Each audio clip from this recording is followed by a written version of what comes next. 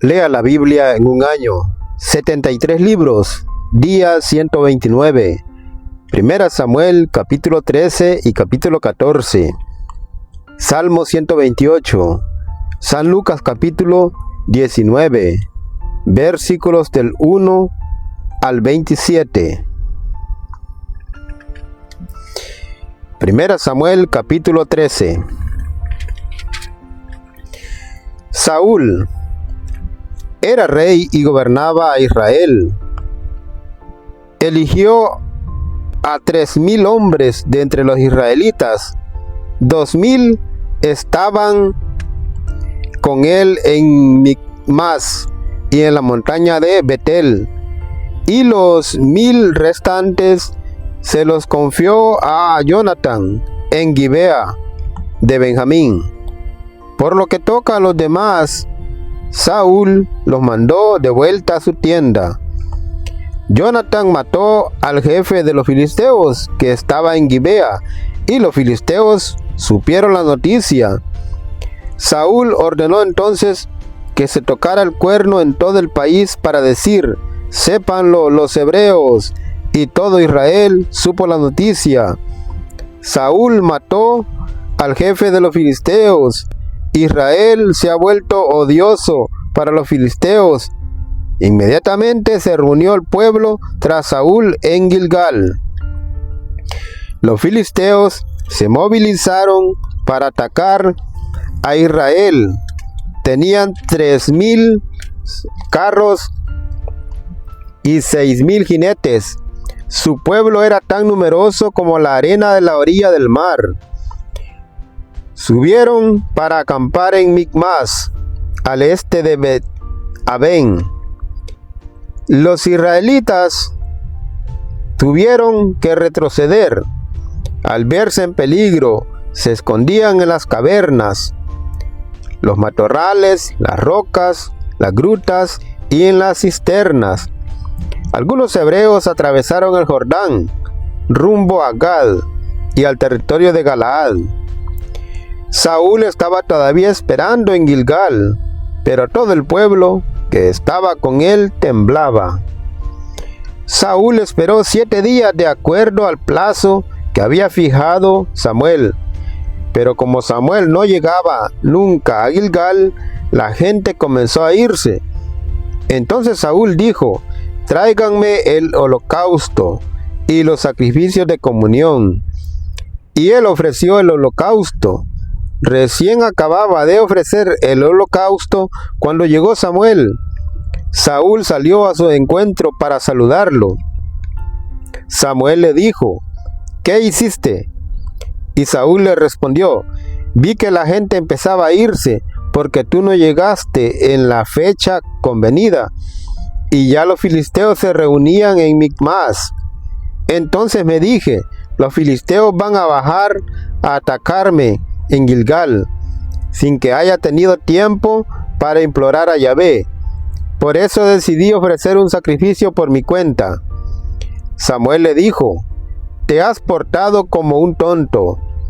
No cumpliste la orden que te había dado Yahvé tu Dios, cuando te dijo que te haría rey de Israel para siempre.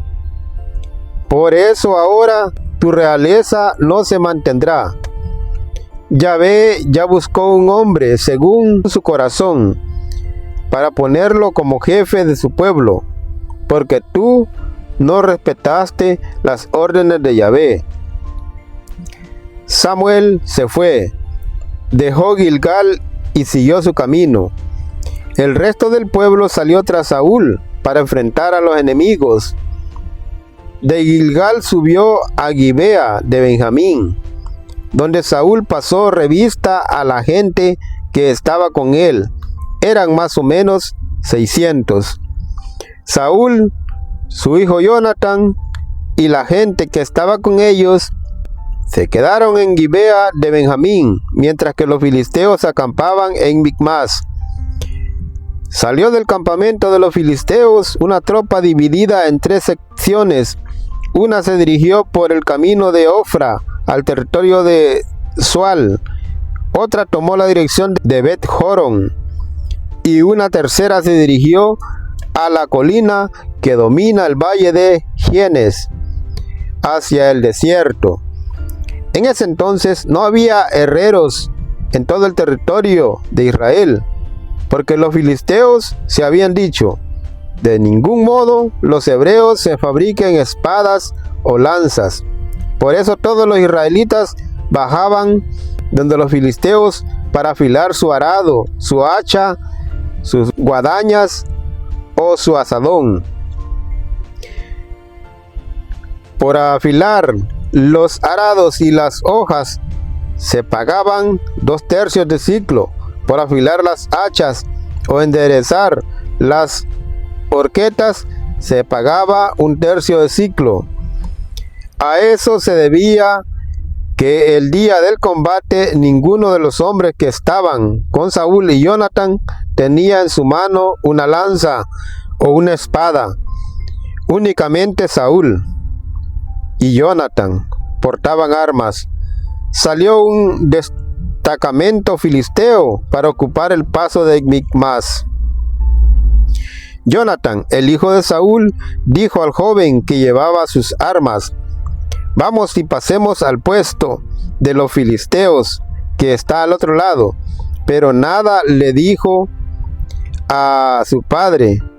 Saúl, mientras tanto, se había instalado en la frontera de Gibea, bajo el granado que está al lado de la era, y con él había alrededor de 600 hombres.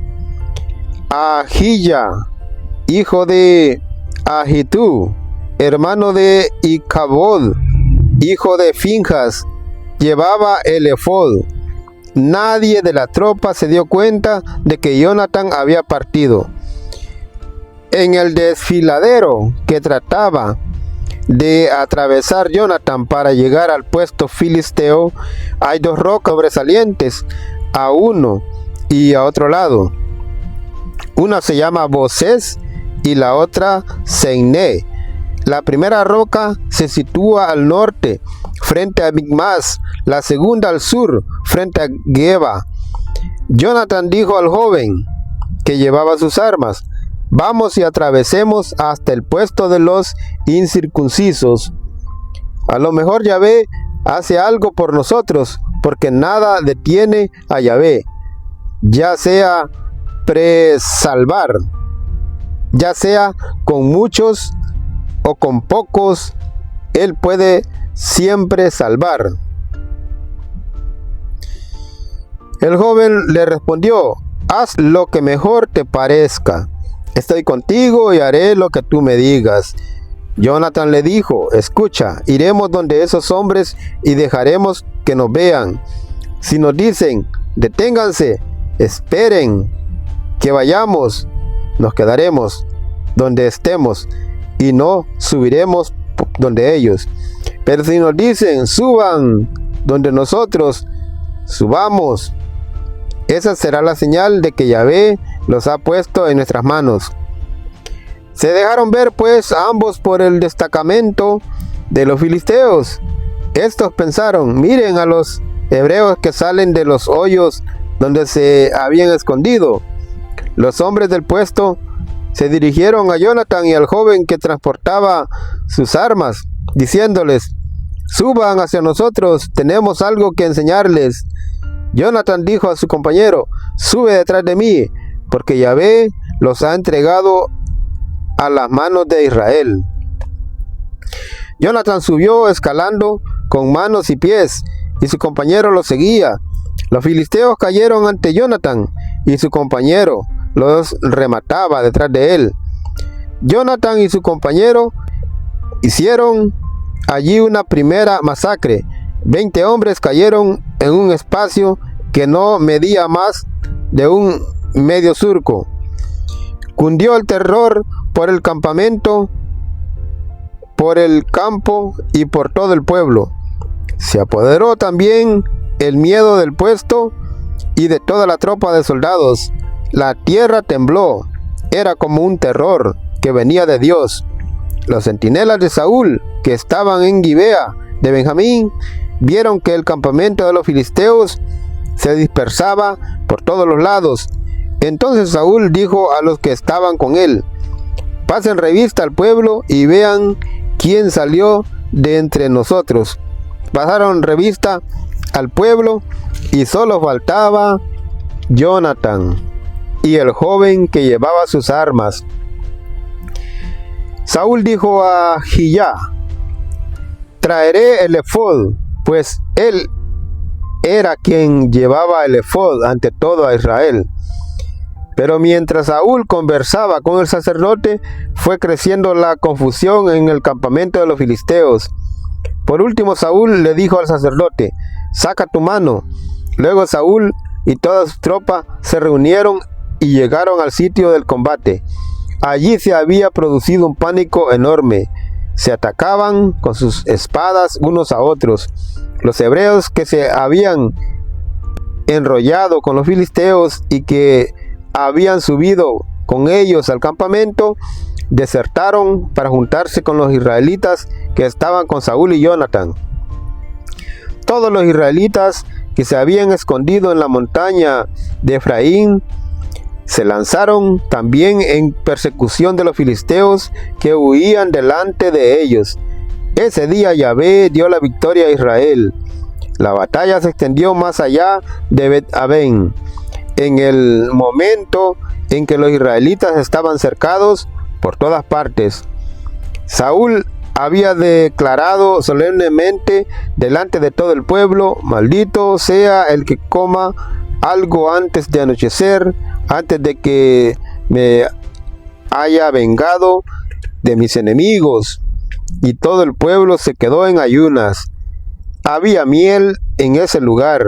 El pueblo entró en el bosque y vio la miel que goteaba, pero nadie llevó su mano a la boca, porque el pueblo tenía presente la maldición que había pronunciado el rey. Jonatán, empero, no había oído el juramento de su padre.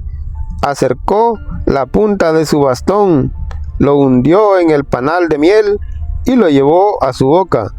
Sus ojos se iluminaron. Alguien de los soldados le dijo: tu padre declaró solemnemente delante de todo el pueblo: maldito sea el que coma algo hoy. Jonatán respondió: mi padre le ha hecho un gran daño al pueblo. Fíjense cómo se iluminaron mis ojos en cuanto probé un poco de miel. Si todo el pueblo hubiera hoy tomado algo para comer del botín de sus enemigos, la derrota de los filisteos habría sido con toda seguridad más grande. Ese día aplastaron a los filisteos desde Micmas hasta Ayalón, pero el pueblo estaba completamente agotado. El pueblo se abalanzó entonces sobre el botín, tomó cabras, ovejas, bueyes, terneros, los mataron allí mismo y comieron encima de la sangre. Le avisaron a Saúl: el pueblo está pecando contra Yahvé. La gente come carne al lado de la sangre. Saúl exclamó: todos ustedes son unos infieles. Hagan rodar hasta aquí una piedra grande. Luego añadió Saúl: dispérsense entre medio del pueblo y díganle que cada cual traiga aquí su buey o su carnero. Los inmolarán y los comerán, pero no pequen contra Yahvé comiendo encima de la sangre. Cada cual llevó lo que tenía en su mano esa tarde e hicieron la inmolación en ese lugar. Saúl levantó allí un altar para Yahvé. Fue el primer altar que le levantó. Saúl les dijo luego: bajemos para perseguir a los filisteos durante la noche. Ataquémoslos hasta que brille el alba y no dejemos a nadie de ellos con vida. Le respondieron: haz lo que piensas. El sacerdote dijo entonces: tenemos que consultar a Dios. Saúl consultó a Dios: ¿tengo que bajar para perseguir a los filisteos? ¿los pondrás en manos de Israel? Pero ese día Dios no le respondió. Entonces dijo Saúl: acérquense ustedes, jefes del pueblo, y verifiquen en qué consistió el pecado. Lo juro por la vida de Yahvé, que acaba de salvar a Israel, aunque sea mi hijo Jonatán, el que haya pecado morirá. Pero nadie de todo el pueblo le respondió. Luego dijo a todo Israel: ustedes se pondrán a un lado, yo y mi hijo Jonatán nos pondremos al otro. El pueblo dijo a Saúl: haz como piensas.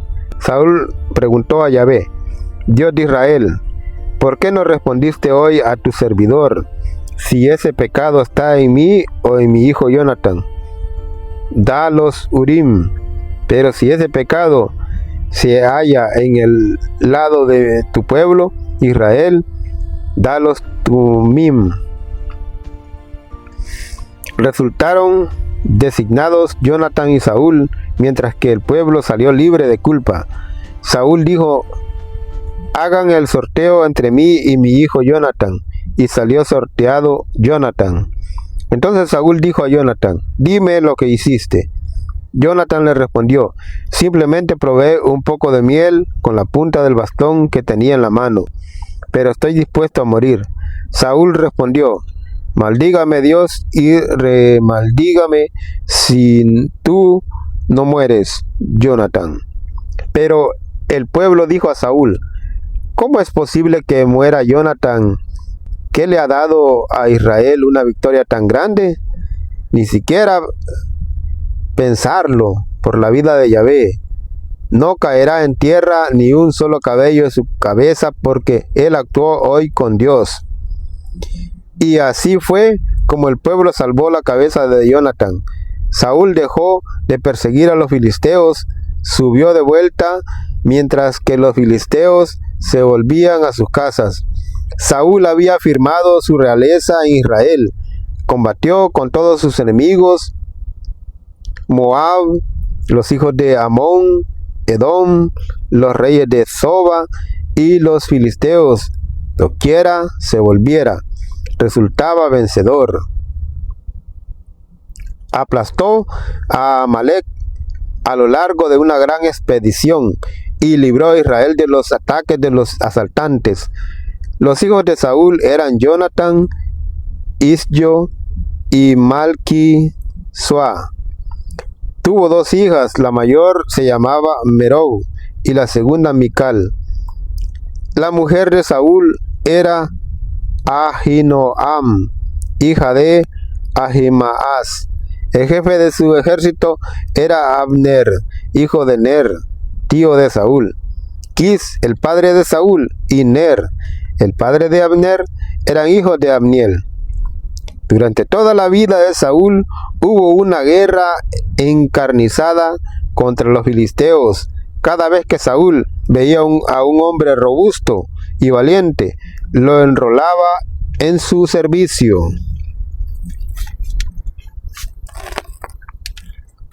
Salmo 128. Felices los que temen al Señor y siguen sus caminos. Comerás del trabajo de tus manos, esto será tu fortuna y tu dicha. Tu esposa será como vid fecunda en medio de tu casa, tus hijos serán como olivos nuevos alrededor de tu mesa. Así será bendito el hombre que teme al Señor. Que el Señor te bendiga desde Sión, puedas ver la dicha de Jerusalén durante todos los días de tu vida, que veas a los hijos de tus hijos y en Israel la paz. San Lucas capítulo 19, versículos del 1 al 27. Habiendo entrado Jesús en Jericó, atravesaba la ciudad. Había allí un hombre llamado Zaqueo, que era jefe de los cobradores del impuesto y muy rico. Quería ver cómo era Jesús, pero no lo conseguía en medio de tanta gente, pues era de baja estatura. Entonces se adelantó corriendo y se subió a un árbol para verlo cuando pasara por allí. Cuando llegó Jesús al lugar, miró hacia arriba y le dijo: Zaqueo, baja enseguida, pues hoy tengo que quedarme en tu casa. Zaqueo bajó rápidamente y lo recibió con alegría. Entonces todos empezaron a criticar y a decir: se ha ido a casa de un rico que es un pecador. Pero Zaqueo dijo resueltamente a Jesús: Señor, voy a dar la mitad de mis bienes a los pobres, y a quien le haya exigido algo injustamente, le devolveré 4 veces más. Jesús pues dijo con respecto a él: hoy ha llegado la salvación a esta casa, pues también este hombre es un hijo de Abraham. El Hijo del Hombre ha venido a buscar y a salvar lo que estaba perdido. Cuando Jesús estaba ya cerca de Jerusalén, dijo esta parábola, pues los que lo escuchaban creían que el reino de Dios se iba a manifestar de un momento a otro. Un hombre de una familia noble se fue a un país lejano para ser nombrado rey y volver después. Llamó a 10 de sus servidores, les entregó una bolsa de oro a cada uno y les dijo: comercien con ese dinero hasta que vuelva. Pero sus compatriotas lo odiaban y mandaron detrás de él una delegación para que dijera: no queremos que éste sea nuestro rey. Cuando volvió, había sido nombrado rey. Mandó pues llamar a aquellos servidores a quienes les había entregado el dinero para ver cuánto había ganado cada uno. Se presentó el primero y dijo: Señor, tu oro ha producido 10 veces más. Le contestó: está bien, servidor bueno, ya que fuiste fiel en cosas muy pequeñas, ahora te confío el gobierno de 10 ciudades. Vino el segundo y le dijo: Señor, tu moneda ha producido otras 5 más. El rey le contestó: tú también gobernarás 5 ciudades. Llegó el tercero y dijo: Señor, aquí tienes tu moneda, la he guardado envuelta en un pañuelo, porque tuve miedo de ti. Yo sabía que eres un hombre muy exigente, reclamas lo que no has depositado y cosechas lo que no has sembrado. Le contestó el rey: por tus propias palabras te juzgo, servidor inútil. Si tú sabías que soy un hombre exigente, que reclamo lo que no he depositado y cosecho lo que no he sembrado, ¿por qué no pusiste mi dinero en el banco? Así, a mi regreso, lo habría cobrado con los intereses. Y dijo el rey a los presentes: quítenle la bolsa de oro y désenla al que tiene 10. Pero, Señor, le contestaron, ya tiene 10. Yo les digo que a todo el que produce se le dará más, pero al que no tiene, se le quitará aún lo que tiene. En cuanto a esos enemigos míos que no me quisieron por rey, tráiganlos aquí y mátenlos en mi presencia.